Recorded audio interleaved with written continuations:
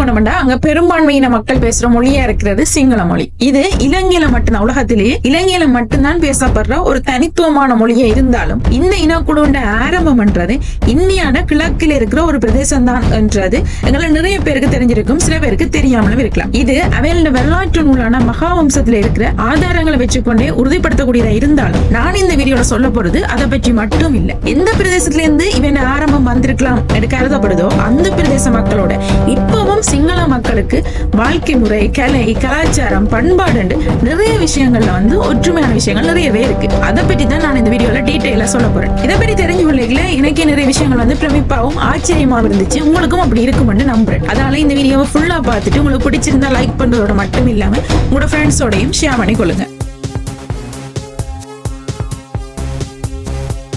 வணக்கம். இன்னொரு வீடியோல உங்களை சந்திக்கிறதுல மகிழ்ச்சி. முதல்ல கடந்த சில வீடியோ கடந்த வீடியோ யாழ்ப்பாணத்தின் சுண்ணாம்பு கலகள் பற்றி போட்டிருந்தேன். அதுக்கு முதல் வீடியோ கண்ணகி வழிபாடு, இப்ப அம்மன் வழிபாடு அப்படி மாறி இருக்கு, அதால என்னென்ன பிரச்சனைகள் இருக்கலாம் என்றதை பற்றியும் காய்ச்சிருந்தேன். இந்த ரெண்டு வீடியோக்கும் நீங்க நல்ல ஒரு ஆதரவு தந்துச்சிங்க. ஒரு குறுகிய காலத்திலேயே நல்ல ஆதரவு கிடைச்சிருந்துச்சு. பார்த்ததோட இல்லாம எல்லாருமே நல்ல கருத்துக்களையும் பகிர்ந்து கொண்டிருந்தீங்க. அதுக்கும் உங்கள் எல்லாருக்கும் மனமார்ந்த நன்றிகள். இந்த வீடியோ பாக்குற யாரும் அந்த வீடியோ பார்க்கலன்னா பாருங்க, உங்களுக்கும் பிடிக்கும் நம்புறேன். அதோட இனி நான் போட போற வீடியோ உங்களோட சப்போர்ட் அப்படியே இருக்கணும் என்றதை இந்த நேரத்துல கேட்டுக்கொள்றேன். இப்ப நாங்க இந்த வீடியோக்குள்ள போவோம். இப்ப இந்த வீடியோவை பற்றி முதல் எடுத்துக்கொண்டோம்னா முதல்ல எங்களுக்கு தெரிஞ்ச ஆதாரமான மகாவம்சத்துல இருந்தே வருவோம். மகாவம்சத்தை எடுத்துக்கொண்டோம்னா மகாவம்சம் தமிழர்களோட வரலாற்றை பற்றி பெருசா எதுவுமே சொல்லல என்றாலும் ஏன் விஜயன் வரத்துக்கு முதல் இலங்கையில வாழ்ந்த இனக்குழுக்களை பற்றின தகவல்களை கூட இருட்டடிப்பு செய்திருந்தாலும் சிங்கள மக்களோட வரலாறு தொடர்பில் நிறையவே சொல்லியிருக்கு. நிறைய கட்டுக்கதைகள், நிறைய கட்டணைகளோடு சேர்த்து வரலாறையும் தாராளமாவே சொல்லி இருக்கு. அவையிலும் அவன் வரலாற்று நூலா பாக்குறது மகாவம்சத்தை தான். அந்த வரலாற்று நூலாக கருதப்படுற மகாவம்சத்திலையும் சரி, தீபவம்சத்திலையும் சரி, இலங்கையில 2500 ஆண்டுகளுக்கு முதல் கிறிஸ்துக்கு முன் 500கள்ல தான் விஜயன் இலங்கைக்கு வருகிறார். அந்த விஜயன் தான் இலங்கையில சிங்கள மக்களோட முதலாவது மன்னனாகவோ சரி, இல்லாட்டிக்கு சிங்கள இனத்தின் முதலாவது ஆரம்பமாகவோ கருதப்படுறது அந்த விஜயன் தான். இந்த மகாவம்சமே என்ன சொல்லுதுன்னா இந்தியான சிங்கப்பூர என்ற ஒரு பகுதியை ஆட்சி செய்த மன்னனான சிங்கபாகுட மகன் தான் விஜயன் என்றும், இந்த விஜயன் அட்டூழியங்களை தாங்க முடியாம மக்கள் எல்லாம் மன்னற்ற முறையிட்டதை அடுத்து அந்த விஜயனுடைய தந்தையான சிங்கபாகு விஜயனையும் அவருடைய ஃப்ரெண்ட்ஸான 700 பேரையும் 3 கப்பல்ல ஏற்றி நாடு கடத்தி விட்டதாகவும், அப்படித்தான் அவை இலங்கை சேர்ந்தோம். அதுக்கு பிறகுதான் அந்த சிங்கள இனத்தின் ஆரம்பம் மட்டும் இவர்கள் மகாவம்சத்தின்படி குறிப்பிடப்படுது. அப்படின்னு பார்த்தா இப்ப அவர் அந்த சிங்கப்பூர் பகுதி, விஜயனுடைய தந்தை ஆண்ட சிங்கப்புரம் என்ற பகுதி எங்க இருக்குன்னு சொல்லி பார்த்தா வரலாற்றாளர்கள் அதோட நிறைய ஒவ்வொரு விதமான கருத்துக்களை சொல்லணும். சிலர் அது பெங்கால இருக்கலாம் அப்படின்னா, சில பேர் அசாம் பகுதியா இருக்கலாம் அப்படின்னா, சில பேர் ஒடிசாவா இருக்கலாம்னு சொல்லலாம். இப்படி நிறைய கருத்துக்கள் இருந்தாலும் அந்த சிங்கப்புரம்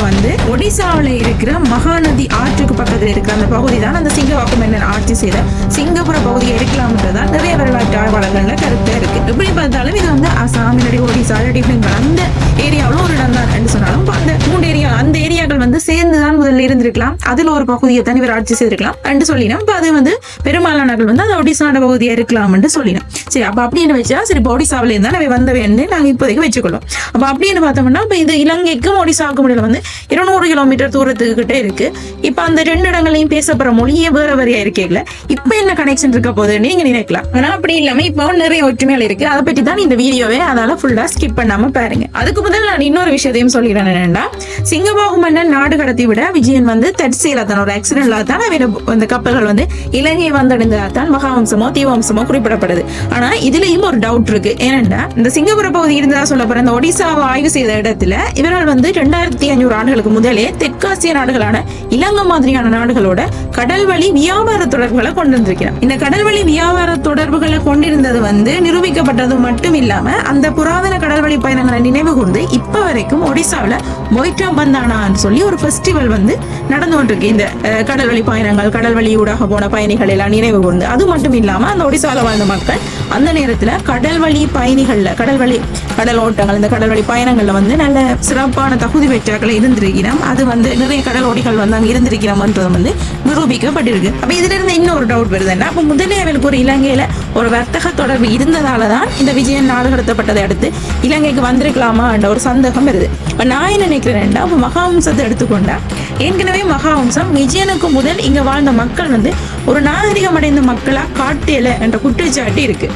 அப்ப இந்த இடத்துலயும் பார்த்தோம்னா இப்ப இலங்கைக்கும் ஒடிசாக்கும் இடையில முதலே ஒரு கடல் வழி தொடர்பு வியாபார தொடர்பு இருந்தது என்றதை சொல்ல வேண்டி வந்தா அதன் மூலம் அந்த மக்கள் வந்து முதலில் நாகரிகம் அடைந்த மக்கள் இருந்திருக்கிறோம் என்ற உண்மையையும் சொல்ல வேண்டி வெறுமண்டதாலேயே அப்படி சொல்லாம இதை வந்து அப்படி தற்செயலா வந்த இடத்துல கடல் அப்படி அடிச்சு கொண்டு வந்து இலங்கையில சேர்த்துட்டு மகாவம்சம் சொல்லியிருக்கா. நான் நினைக்கிறேன், நீங்க என்ன நினைக்கிறீங்கன்றதையும் கொமெண்ட்ல மறக்காம சொல்லுங்க. சரி, இப்ப விஜயனும் நண்பர்களும் அந்த பகுதியில இருந்து இலங்கைக்கு வந்தவ அதோட இலங்கைக்கும் அங்கேயும் தொடர்பு முடிஞ்சிட்டாண்டா இல்ல. இப்ப இலங்கையில வரலாற்று மகாவம்சத்தின்படியே இலங்கையில வரலாற்று எடுத்துக்கொண்டா நிறைய மன்னர்கள் இலங்கையில நிறைய மன்னர்கள் கலிங்க தேசத்து இளவரசிகளை திருமணம் செய்து கூட்டிக் கொண்டு வந்திருக்கிறோம். அந்த கலிங்க தேசம் சொல்லப்படுறது என்னன்னா ஒடிசாண்ட ஒரு பகுதி தான். அப்படியேண்டா அப்ப அதுலயும் வந்து அப்படின்னு பார்த்தோம்னா இப்ப விஜயன் வந்ததோட அந்த ஒடிசாக்கும் இலங்கைக்குமான தொடர்பு முடிஞ்ச ஒன்று இல்ல. கலிங்க தேசத்தோட இப்பவே திருமண ரீதியான தொடர்புகள் இருந்திருக்கு, அதே மாதிரி வர்த்தக ரீதியான தொடர்புகளும் இருந்திருக்கு. குறிப்பா சொல்ல போனா புலனர்வை ராசதானி ஆரம்பிச்சதா சொல்லப்படுற முதலாம் விஜயபாகு மன்னனே கலிங்க தேசத்து இளவரசியை தான் திருமணம் செய்திருக்கிறார்ன்றத வரலாறே சொல்லுது. அதே மைனால மகிந்தன் இப்படி நிறைய மன்னர்களை வந்து நாங்க சொல்லிக்கொண்டே போகலாம். இப்ப உங்களுக்கு ஓரளவுக்கு வரலாற்று தொடர்பா ஒரு ஐடியா வந்திருக்கலாம்.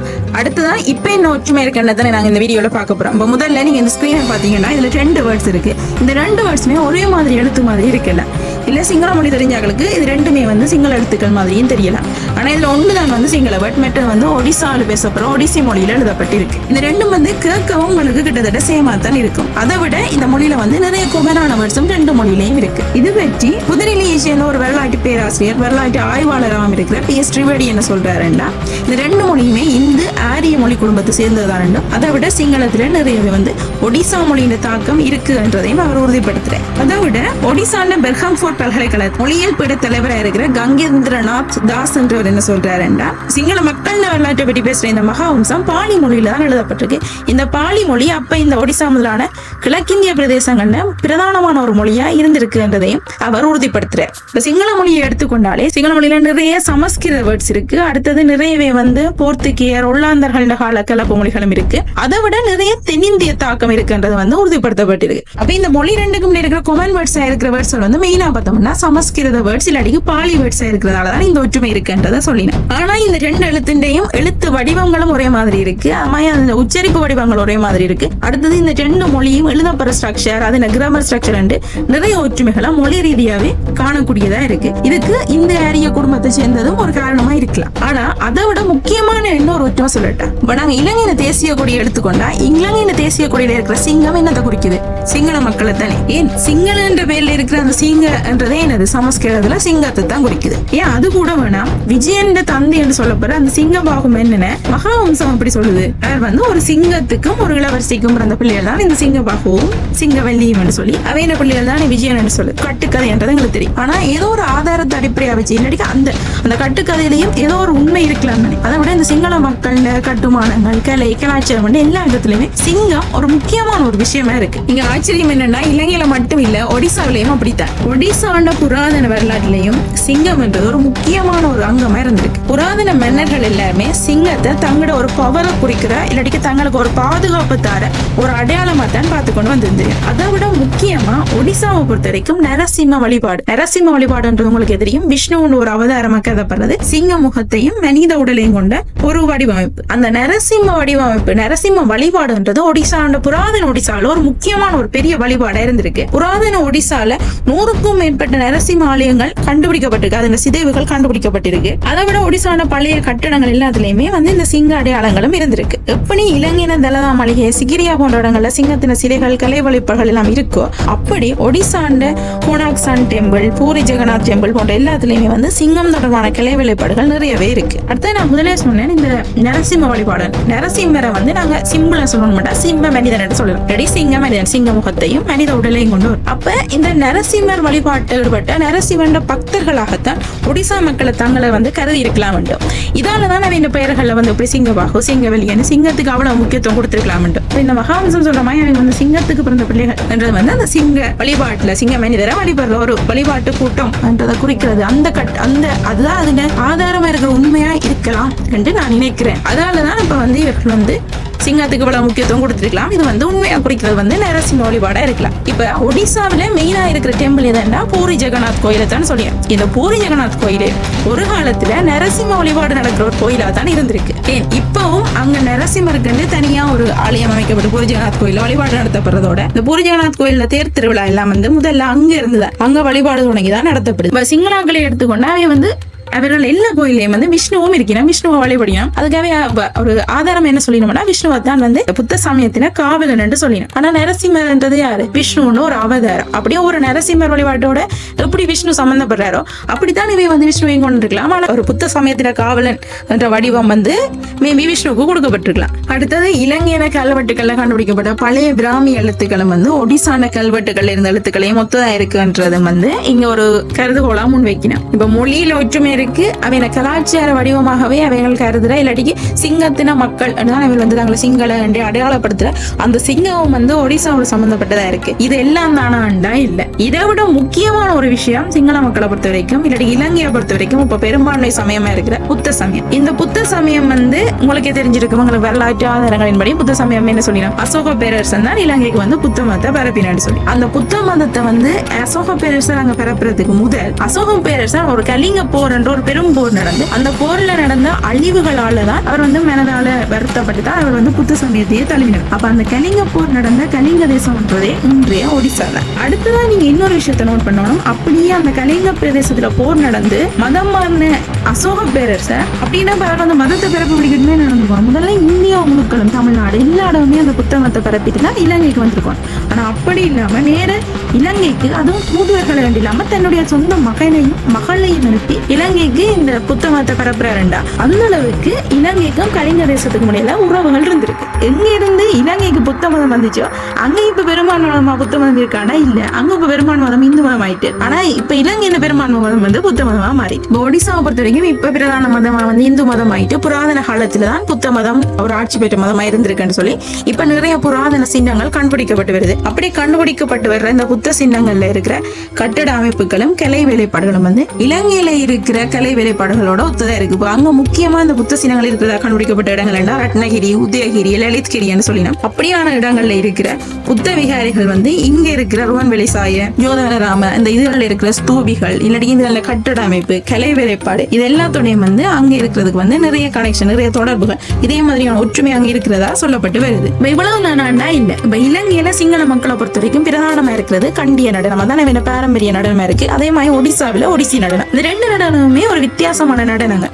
ஆனா இந்த ரெண்டு நடனங்களுக்கும் பரதநாட்டியத்துக்கும் இருக்கிற தொடர்பை விட இந்த ரெண்டு நடனங்களுக்கும் இடையில இருக்கிற தொடர்பு வந்து அதிகமா இருக்குன்றதான் அந்த கலை சம்பந்தப்பட்ட ஆட்களே சொல்லினோம். அந்த ரெண்டு நடனங்கள்லயும் இருக்கிற அசைவுகள், அபிநயங்கள், அது மட்டும் இல்லாம அலங்காரங்கள், அந்த தலையில இல்லாம அலங்கார வேலைகள் செய்யறது, இது எல்லாமே வந்து பரதநாட்டியத்தை விட இந்த ரெண்டுக்கும் இடையில தொடர்புகள் இருக்கு. அது நீங்களும் பாத்தீங்கன்னா தெரியும். அதான் அந்த துறை சார்ந்த ஆட்களும் வந்து அவர்கள் வந்து ஓமன் சொல்லி உடன்பட்டிருக்கணும். அடுத்தது ஆட்களையும் எடுத்துக்கொண்டா தோற்றத்துல ஓரளவுக்கு ஒற்றுமை இருக்கு. அப்ப மொழி மாய்தான் ஓரளவுக்கு ஒற்றுமை இருக்கு. நிறைய ஒற்றுமை இல்லாம இருக்கலாம். ஏன்னா அதுக்கு காரணம் வந்து நிறைய கலப்பு திருமணங்கள், அடுத்து ஒவ்வொரு பக்கத்துல இருக்கிற அயல் நாடுகள் இல்லாட்டி அந்த நாட்டுல இருந்தாக்கள் தாக்கங்கள் வந்து காரணமாக வந்து அங்கே ஒரு வித்தியாசம் இங்க ஒரு வித்தியாசம் வந்திருக்கலாம்.